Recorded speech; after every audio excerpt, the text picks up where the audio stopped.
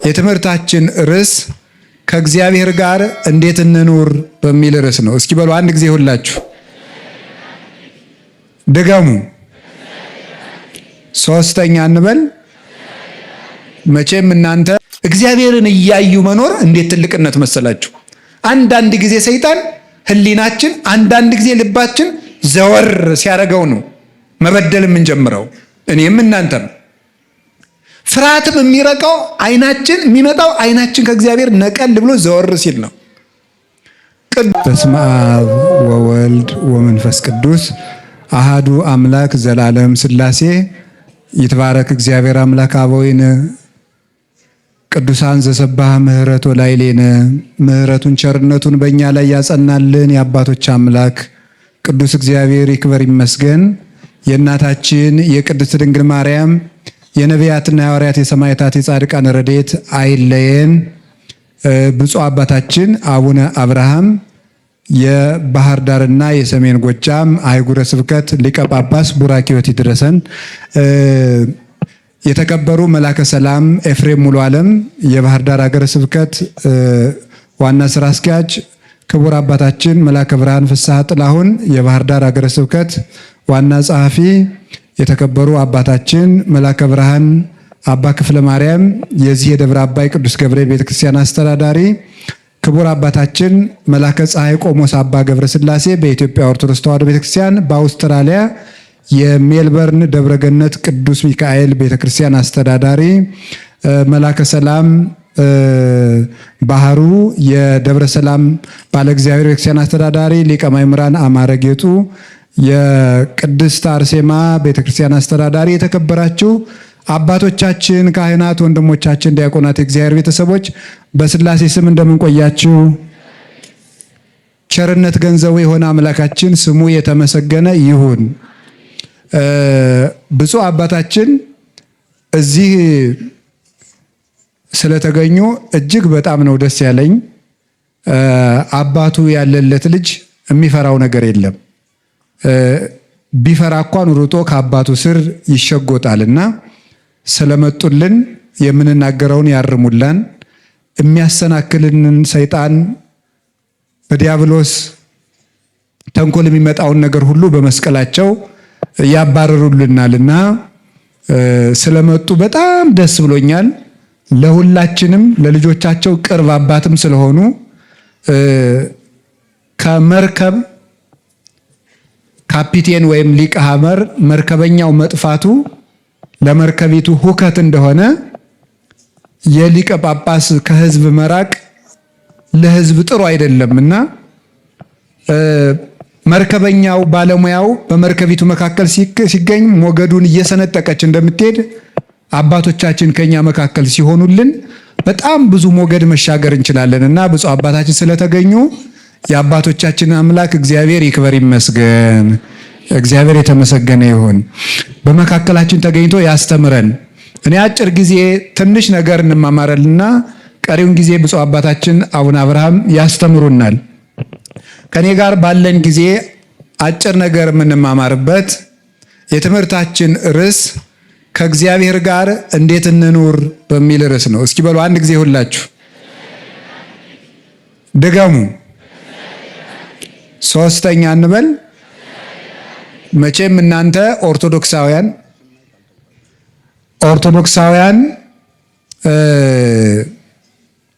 ስለሆናችሁ እግዚአብሔር ማለት እንዲህ ነው ብለን አንሰብካችሁም።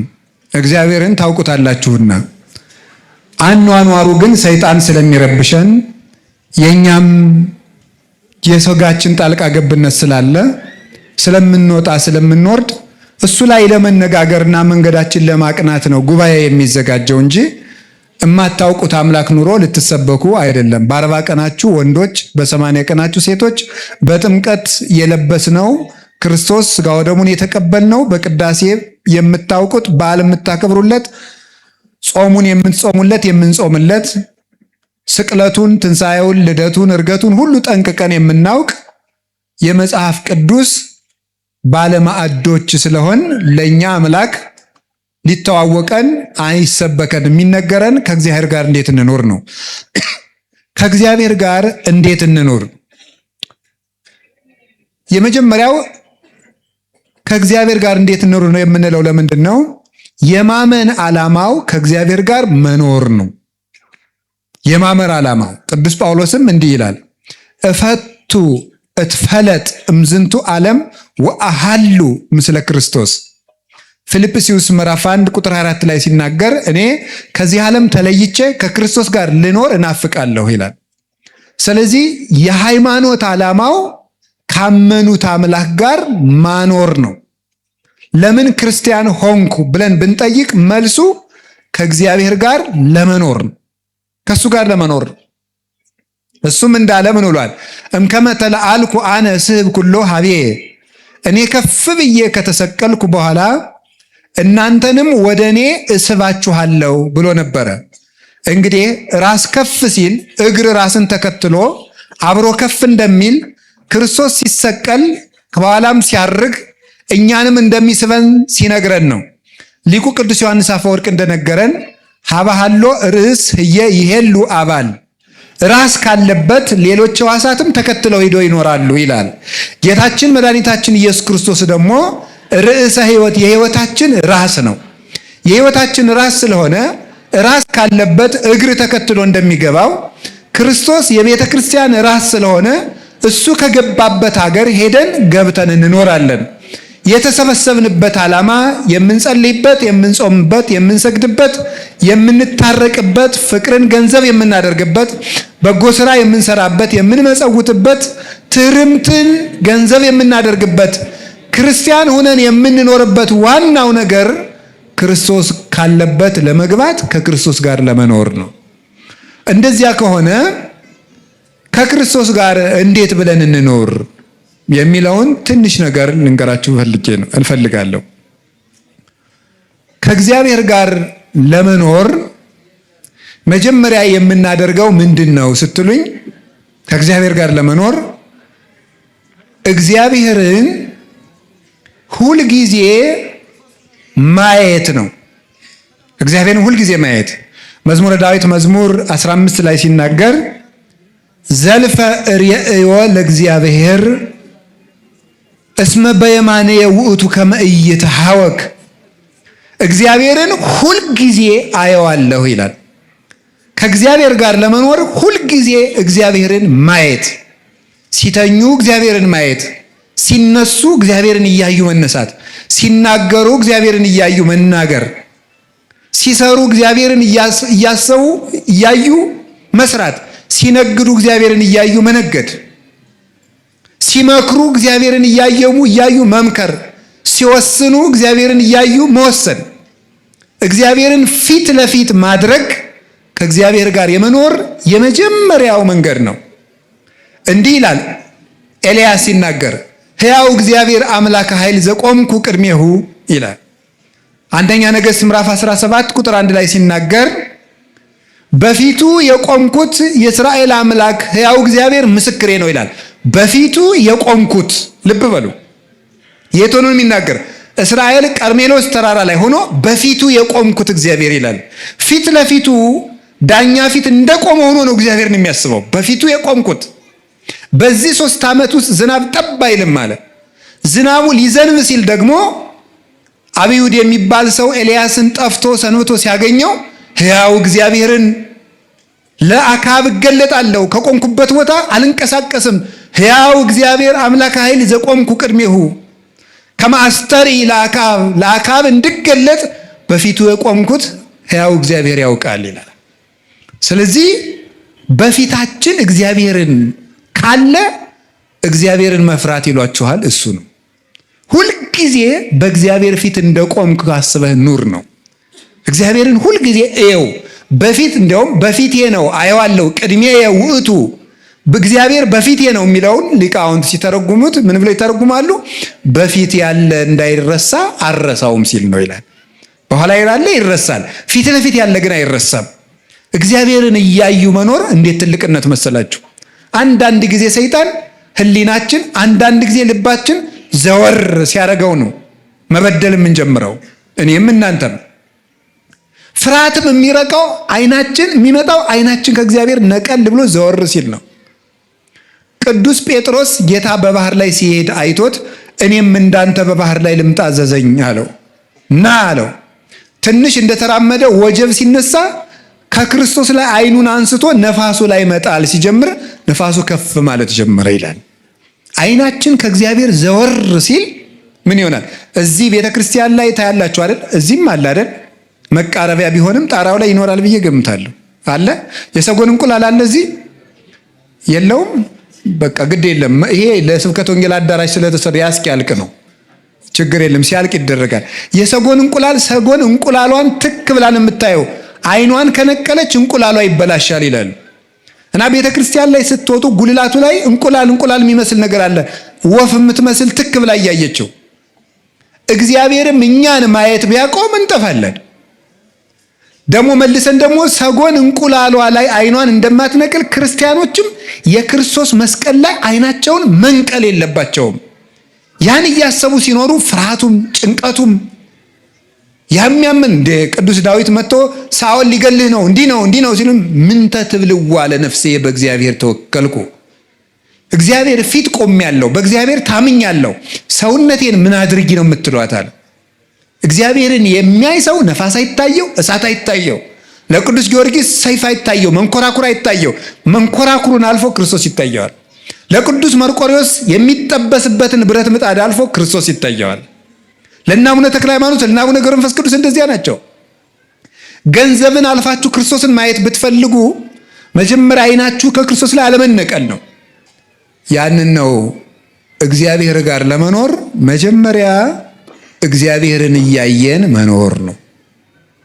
ሁለተኛ ከእግዚአብሔር ጋር ለመኖር እንዴት ብለን እንኖር ብትሉኝ እግዚአብሔርን እንደ ክፉ ዳኛ እንዳይቀጣን ፈርተን ሳይሆን እንደ አባት እየናፈቅን መኖር አለብን። እግዚአብሔር ለምሳሌ አንዳንድ ሰው ሳይጸልይ ካልጸለይኩ እኔ አይቀናኝም ብዙ ጊዜ፣ ስለዚህ ጥሩ ቀኔ እንዳይበላሽ መጸለይ ያለብኝ ይላል። እንዲህ ምን ይባል? በነገራችሁ ላይ የሚጸድቁ ክርስቲያኖች ራሱ ከሶስት ይከፈላሉ። ተመስገን እንደው ከሶስቱም አድርጎ ያጽድቀን ብቻ። አንደኛዎቹ ምን ይባላሉ? ልጆች ይባላሉ። ምን ይባላሉ? ልጆች ይባላሉ። ሁለተኞቹ ደግሞ ልጆች ናቸው፣ ወዳጆች ይባላሉ። ሶስተኞቹ ደግሞ ሰራተኞች ይባላሉ፣ ባሮች። እነዚህ ልጆች የሚባሉት ቅርብ ጻድቃን ናቸው። ወዳጆች ደግሞ የሚባሉት ደግሞ እንደው በንስሐ የተመለሱት ናቸው።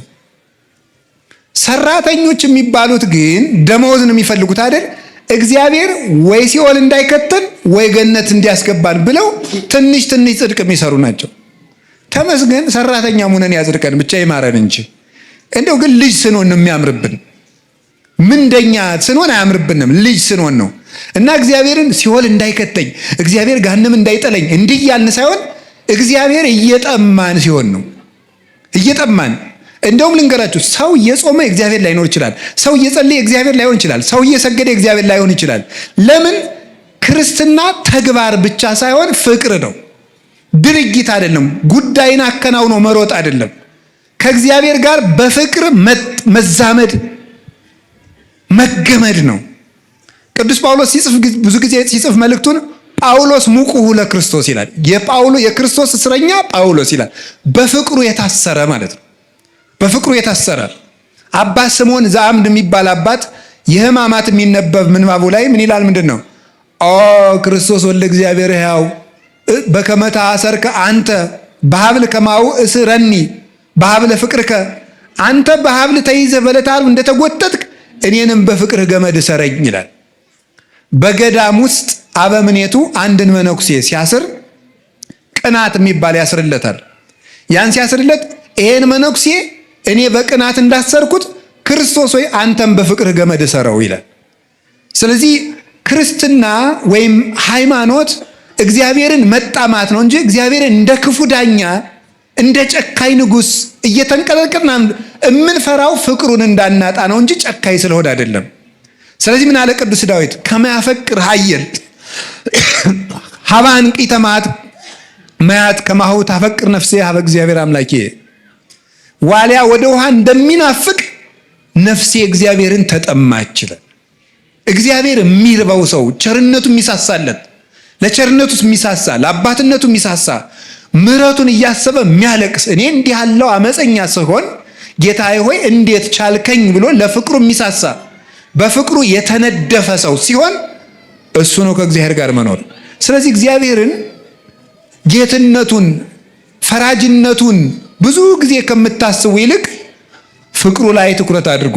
ፍቅር ጉልበት አለውና ዳኝነቱንም ማሰብ ይገባል። እግዚአብሔር መቀለጃ አይደለምና የሆነ ሆኖ ግን ፍቅሩ ስቦ ከሱ ያደርሰናል። ስለዚህ እግዚአብሔር ሰዎች ከእግዚአብሔር ጋር ለመኖር ምን እናድርግ ስትሉ ግዴታ ሆኖብን አንድ ነገር አናድርግ። ምን ሆኖብን እናድርግ? ፍቅር ሆኖብን ስትጸልዩ ረፍዶባችሁ ብታገኙት ውይ እንግዲህ 2 ሰዓት ሆኗል እንግዲህ ሁሉ እስከምደግም አትበሉ። በፍቅር አንዲቱን አቡነ ዘበሰማያት ደግማችሁ ውጡ። እግዚአብሔር በፍቅር የምትሆን ነገር ይሄን ደግሞ ጸሎት ለማሳጠር አትጠቀሙበት። መጠቀም ያለብን እግዚአብሔር የሚፈልገው ቀመር ሳይሆን ፍቅር ነው የሚፈልገው። ፍቅር ይቀድማል። የሕግ መጀመሪያ ምንድን ነው ብሎ አንድ ሕግ አዋቂ ሰው ጌታን ቢጠይቀው እግዚአብሔርን ከሁሉ አስቀድመህ ውደደው ነው ያለው። እግዚአብሔር ምንድን ነው ከኛ የሚፈልገው? እንድንወደው ብቻ። እንድንወደው የሚፈልገው ምን እንድንሰጠው ነው? ምንም እንድንሰጠው አይደለም። ጸጋውን ለመቀበል እኛ እንደሚወደን እርግጠኛ የሆነ ልብ እንዲኖረን ብቻ ነው እግዚአብሔር የሚፈልገው። ያንን ነው የሚፈልግ እግዚአብሔር። ስለዚህ ከእግዚአብሔር ጋር ለመኖር ሁለተኛ እየሳሳን እንጂ እንደ ክፉ ንጉሥ እየተጨነቅን አይደለም መኖር ያለብን። ይህ ሁለተኛው ነው። ሶስተኛው ከእግዚአብሔር ጋር ለመኖር ምን ሆነን እንኖር? ስራ ስንሰራ ጽድቅና ኩነኔን ተመሳሳይ ነው። በርግጥ ጽድቅና ኩነኔን ራይት ኤክስ እያልን ሕግን ለመፈጸም ሳይሆን ክርስቶስን እያሰብን እናድርገው። አሁን ደግሞ እያሰቡ ማድረግ ምን ማለት ይመስላችኋል? ለምሳሌ የሰበካ ጉባኤ አባል ክፍያ ብትከፍሉ ካልከፈልኩ በወልድ ክርስትና ያነሱልኝም ብሞት አይፈቱኝም ብላችሁ አይደለም መስጠት ያለባችሁ።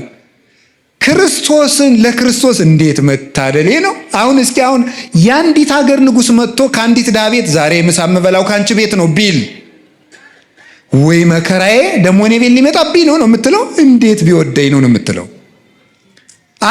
አንዲት ድሃ ሴት እንዲያውም አንድ ሙክት አንድ ሰው ቢያርድና አንድ ድሃ ሰው ቆሎ ቆልቶ ቢያቀርብና እኔ ይህን ቆሎ ነው የምበላ አንተ ዛሬ ቆሎ እንድትሰጠኝ እፈልጋለሁ ቢል ምንም የማይቸግረው ንጉሥ ባለጸጋ ምን አይነት ሰው የሚወድ ሰው ነው አሁን የኔን ቆሎ ሰው ብሎ ይቀበለኝ አትሉ? አሁን እግዚአብሔር ከኛ ሳንቲም ሲጠይቅ አይገርማችሁም? እንዴት አድርጎ ቢወደኝ ነው ማለት ሲገባን ግዴታ አይደል? እንዴት አደርጋለሁ ሳይሆን መሆን ያለበት ምንድን ነው? ማሰብ ያለብን ክርስቶስን እያሰብን ግዴታችንን እያሰብን ጽድቅና ኩነኔን እያሰብን ማድረግ አለብኝ። አብይ ጾም ገብቷል። ምን አረጋለሁ? 9 ሰዓት መሆን አለበት። አስራት መክፈል አለብኝ። ምን አረጋለሁ? እግዚአብሔርን ከሚከፋው ከገሌ ጋር ልታረቅ አይደለም መሆን ያለበት። መሆን ያለበት እግዚአብሔርን እያሰብን እወ ስራዩ ይሰሪ ለክሙ እወ ህድጉ ያድግ ለክሙ።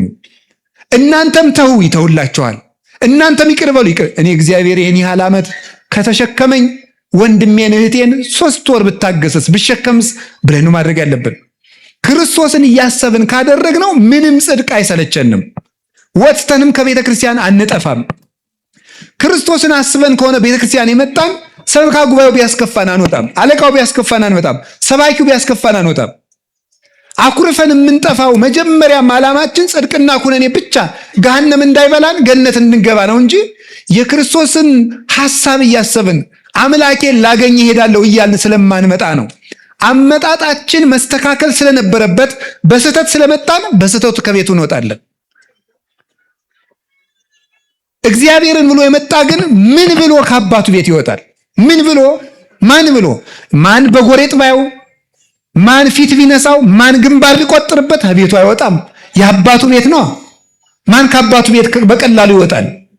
ስለዚህ ስንመጣ እግዚአብሔርን ብለን እንመጣ። ሰው ብለን ስላልመጣን ሰው በሰው ምክንያትም ከቤቱ ለምን እንወጣለን? ቤት እንኑር። ሰው ይደክማል፣ ይወጣል፣ ይነሳል፣ ያድጋል። እሱ ነው። ሌላው ከእግዚአብሔር ጋር ለመኖር ምን እናድርግ? ከእግዚአብሔር ጋር ለመኖር ወይን ከግንድ ጋር በሚኖርበት መንገድ እንኖር እላችኋለሁ። ወይን ከግንድ ጋር በሚኖርበት መንገድ የዮሐንስ ወንጌል ምዕራፍ 15 ቁጥር 4 ላይ ታገኙታላችሁ። እንዲህ ብሎ ይናገራል። አነ ውእቱ ሐረገ ወይን ዘጽድቅ ወአቡየ ተካሊሁ ወአንትሙ አይጹቂሁ። እኔ የወይን ሐረግ ነኝ፣ የወይን ግንድ ነኝ፣ እናንተ ቅርንጫፍ ናችሁ። ቅርንጫፍ በግንዱ የኖረ እንደሆነ ያፈራል። እናንተም ንበሩ ብየ ወአነ በክሙ፣ እናንተ በእኔ ኑሩ እኔም በእናንተ እኖራለሁ። እንደዚህ የሆነ እንደሆነሳ ዝቅ ብሎ ቁጥር 10 ላይ ሬሴክሙ ከመ ትሁሩ ወፍሬ ትፍረዩ ወውእቱ ፍሬክሙ ይነብር ለዓለም። ፍሬ እንድታፈሩ አደርጋችኋለሁ። ምን የሆነ እንደሆነ ከኔ ጋር የኖራችሁ እንደሆነ። ስለዚህ ከክርስቶስ ጋር እንደምንኖረው ምንድን ነው? ቅርንጫፍ ከግንዱ በሚኖርበት መንገድ። ቅርንጫፍ ከግንዱ ምንድን የሚያደርገው? ይመገባል፣ ማዕድን ይመገባል። የሚያስፈልገውን ንጥረ ነገር ለማበብ የሚሆነውን ቅጠሉ እንዲያድግ ቅርንጫፍ እንዲያወጣ የሚያደርገውን፣ ሌሎች ትንሽ ቅርንጫፎች እንዲያወጣ የሚያደርገውን፣ እንዲያብብ የሚያደርገውን፣ እንዲያፈራ የሚያደርገውን፣ መዓዛ እንዲያገኝ የሚያደርገውን፣ ጠንካራ የሚያደርገውን ነገር ሁሉ ከግንዱ ይወስዳል። ቅርንጫፉ ግን ቢቆረጥ ወደ እሳት ይጣላል፣ ይደርቃልም፣ ባይጣልም ይበሰብሳል፣ ምስጥ ይበላዋል። ከግንዱ ያለ ቅርንጫፍ ግን ያፈራል። ስለዚህ ምንድን ነው? እኛም ከክርስቶስ ጋር ቅርንጫፍ ከግንድ ጋር በሚኖርበት መንገድ እንኑር። ምን እያደረግን?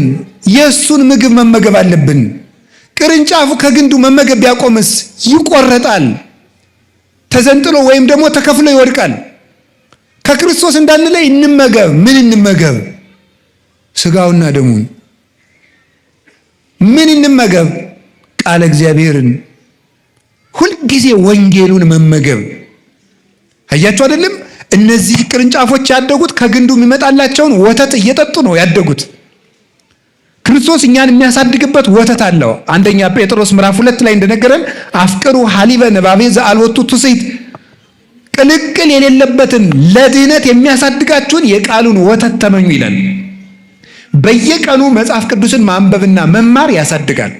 ወይ ከውን እንተ ትክልት ሀበ ማዘማይ። ምን የሚያደርግ ሰው? ሕጉን በሌሊትና በቀን የሚያነብሰው ከውሃ ዳር እንደተተከለች አትክልት ይሆናል። ፍሬውን በየጊዜው እንደሚሰጥ ቅጠሉ እንደማይጠወልግ ይሆናል ይላል መዝሙር ምዕራፍ 1 ላይ ቅዱስ ዳዊት ሲናገር። ስለዚህ ቅርንጫፍ ነን እኛ። እንድናድግ ምን እናደርግ? ከግንዱ አንራቅ ወገኖቼ። ቅርንጫፍ ነን። ምን እናደርግ? ምግብ እንውሰድ። አንድ ቅዱስ ሥጋው ክቡር ደሙ ነው። 2 ቃለ እግዚአብሔር በየቀኑ መመገብ አለብን። በየቀኑ ጉባኤ ሲዘጋጅ በዓመት 1 ጊዜ 2 ጊዜ ተሰብከን ነፍሳችን ማደግ አትችልም። ልብ በሉ። አንድ ቅርንጫፍ ከግንዱ አሁን ብቻ ምግብ ቢወስድ ለነገ ጭምር ይሆነዋል? ለከርሞ ጭምር ይሆነዋል? አይሆነውም። በየቀኑ ነው የሚመገበው። ቃለ እግዚአብሔር ምግባችን ነው። የምንጠይቀውም ሲሳየነ ዘለለ ዕለትነ ብለን ነው። የዕለት እንጀራችን ስጠን ዛሬ ብለን ነው። በየቀኑ 1 ምዕራፍ መጽሐፍ ቅዱስ ቢያንስ እስኪ አንብቡ፣ እንማር። ሁል ጊዜ ሲሲታነ ነፍስ ቃላቲሁ ለእግዚአብሔር እስመ ቃለ እግዚአብሔር ሲሳይ ዘበአማን ውእቱ። የእግዚአብሔር ቃል የነፍስ ምግብ ነው፣ እውነተኛም እንጀራዋ ነው። ተመጥኖ ምግብ ያላገኘ ስጋ ለራስ ፍልጠት ለሆድ ቁርጠት እንደሚጋለጠው ሁሉ ነፍስ ቃለ እግዚአብሔር የማትመገብ ነፍስ ሁልጊዜ ህመምተኛ ናት፣ ለፍሬም አትበቃም። ስለዚህ ቅዱስ ስጋውን ክቡር ደሙንና ቃለ እግዚአብሔር መመገብን፣ ሀብተ መንፈስ ቅዱስን መመገብን፣ የመንፈስ ቅዱስ መመገብ አለ። ልታውቃላችሁ እንዲህ ብሎ ነበር ዮሐንስ ወንጌል ምዕራፍ 14 ላይ እኔ እያድገክሙ ጓለማውታት እኩኑ ዳደግ አላደርጋችሁም ብሎ ነበር። ዳደግ ማለት ልክ እናት የሌለው ጫጩት ማለት ነው። ግን ተመልከቱ፣ ርግብ የተለየችው ጫጩት እንደማይፈለፈል መንፈስ ቅዱስ የተለያት ነፍስም አትፈለፈልም። ዶሮ ወይም ርግብ እንቁላሏ እንዲፈለፈል በክንፏ አቅፋ ትይዘዋለች። ያን ጊዜ በእናቱ ሙቀት እንቁላሉ እግር አውጥቶ ጫጩት ሆኖ ይራመዳል። መንፈስ ቅዱስ በርግብ አምሳል የወረደበት አንዱ ምክንያት መንፈስ ቅዱስ በክንፈ ረድኤቱ ሲያሟሙቀንና ሲያቅፈን እኛ ሰው ሆነን መራመድ ስለምንችል ነው። ስለዚህ የመንፈስ ቅዱስን መግቦት ቤተክርስቲያን ውስጥ ማግኘት አለብን። ቤተክርስቲያን በየቀኑ ኪዳን ማድረስ ማስቀደስ፣ ቢያንስ በሳምንት አንድ ቀን እሑድ ጧት ሌሊት ሄዳችሁ ማስቀደስ ካልተቻላችሁ የከሰዓት ቅዳሴ አለ። አድባራቱ ሰፍተዋል፣ እግዚአብሔር ይመስገን እንጂ ባህር ዳር አሁን በየትኛውም ኢትዮጵያ ክፍል ላይ የቤተክርስቲያን ችግር የለም። በእርግጥ መምህሮቻቸው እየሞቱባቸው፣ ካህናት እየታረዱባቸው፣ ቤተክርስቲያን እየተቃጠልባቸው የራቃቸውም አሉ። እንደው እኛ ግን ምን እንመልስ ቢሆን አጠገባችን ቤተክርስቲያን በየቦታው እየተሰራልን። ልብ በሉ ቅዱስ ዮሐንስ አፈወርቅ እንዲህ ይላል፣ አንተ ሰው ሰብአ ሰገል የክርስቶስን የተወለደበትን ቦታ ለማየት 2 ዓመት ተጉዘዋል። አንተ 2 ደቂቃ ተጉዘ ቤተክርስቲያን ለመምጣት የምትቸገር ለክርስቶስ ምን ትመልስለት ይሆን ይላል። 2 ሰዓት እንኳን አንጓዝም። ቤተልሔም የሚሏቸዋል፣ ሌላ አይደለችም ቤተክርስቲያን ናት። አንዱ እንደ ወይን የምንኖረው ቤተክርስቲያን ውስጥ በመኖር ነው እንጂ በዓመት አንድ ጊዜ እንደዚህ አሁን ስታዩት እንደው እዚህ እያንዳንዳችሁን ማይክ እየሰጠው እንደው ባናግራችሁ ይሄን ህዝብ ብታዩት እመቤቴን እንደው አገር እንደው ሰው ራሱ ሌላ ቦታ ያለ አይመስልም እኮ። አሁን ብዛታችሁ እግዚአብሔር አይቀንሳችሁ፣ በእውነት አይቀንሰን።